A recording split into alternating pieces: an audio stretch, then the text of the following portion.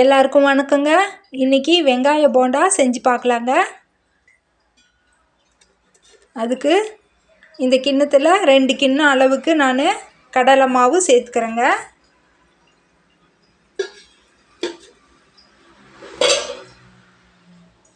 அரிசி மாவு ஒரு 5 ஸ்பூன் அளவுக்கு சேர்த்துக்கலாங்க. சீரகம் ஒரு 1.5 ஸ்பூன் அளவுக்கு சேர்த்துக்கலாங்க. மிளகாத்தூள் நம்ம காரம் எவ்வளோ தேவையோ அந்த அளவுக்கு சேர்த்துக்கலாங்க. மஞ்சத்தூள் ஒரு 3/4 ஸ்பூன் அளவுக்கு சேர்த்துருக்குறேங்க. பெருங்காயத்தூள் 1/2 ஸ்பூன் அளவுக்கு சேர்த்துருக்குறேங்க.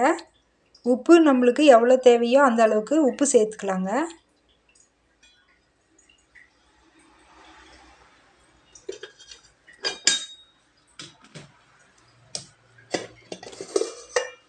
கொத்தமல்லி தழை கொஞ்சம் அரிஞ்சு வச்சுருக்குறேங்க, இது சேர்த்துக்கலாங்க.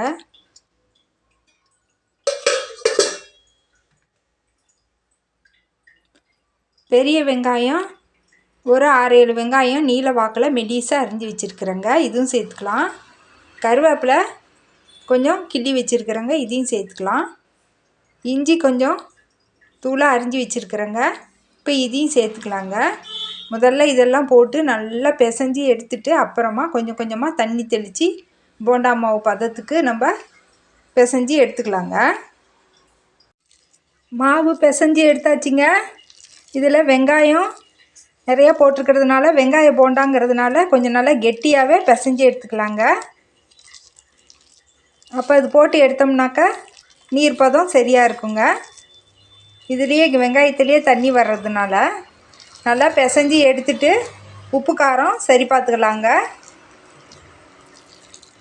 பாருங்கள், போண்டா மாவு பதத்தோடு இன்னும் கொஞ்சம் கெட்டியாகவே பிசைஞ்சி எடுத்துருக்குறேங்க. இந்த மாதிரி போட்டாக்கா எண்ணெயில் போட்டால் சரியாக இருக்குங்க, எண்ணெய் இழுக்காமல் இருக்குங்க. இப்போ அடுப்பில் ஒரு பாத்திரம் வச்சுருக்குறேங்க, வாணலில் எண்ணெய் விட்டுருக்குறேங்க தேவையான அளவுக்கு. இப்போ ஒரு உருண்டையாக எடுத்து போண்டாவை போட்டுக்கலாங்க.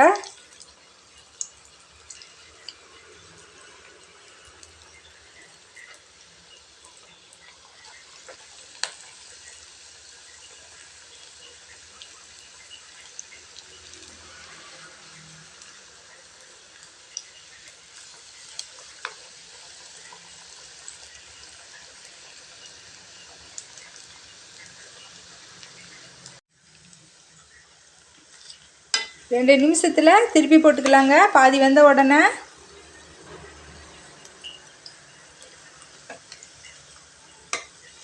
அடுப்பு அனல் சீராகவே வச்சுக்கலாங்க, ரொம்ப வேகமாகவும் வேண்டாம், மிதமாகவே வச்சு எரி விட்டுக்கலாங்க.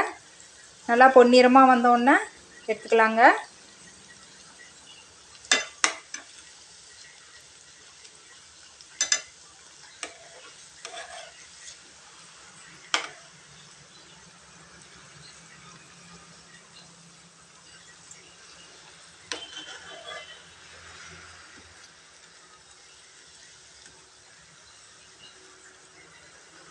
நம்மளுக்கு எவ்வளோ பெருசு தேவையோ அவ்வளோ பெருசாகவும் இல்லை குட்டியாகவும் கூட போட்டுக்கலாங்க.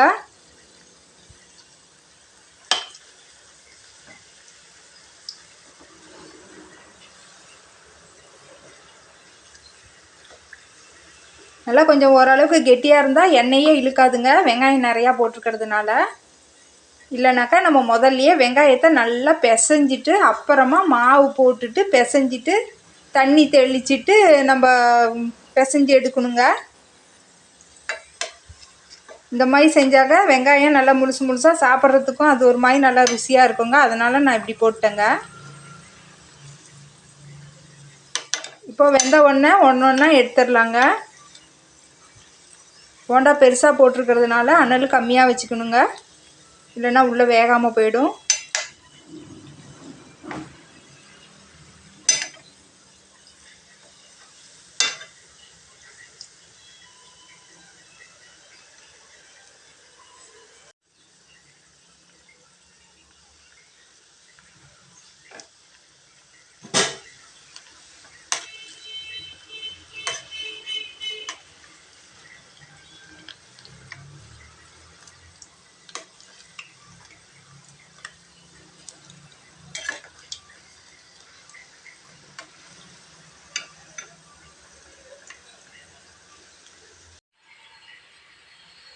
அவ்வளோதாங்க, வெங்காய போண்டா தயாராகிடுச்சிங்க. இந்த மாதிரி செஞ்சு பாருங்கள், நல்லா ருசியாக இருக்குங்க. கொஞ்சம் கூட எண்ணெய் இழுக்கல பாருங்கள், நல்லா மொறு மொறுன்னு நல்லா மென்று சாப்பிட்டாக்கா வெங்காயமும் நல்லா பொறு பொறுன்னு இருக்குங்க. இன்னொரு வீடியோவில் பார்க்கலாங்க. நன்றிங்க.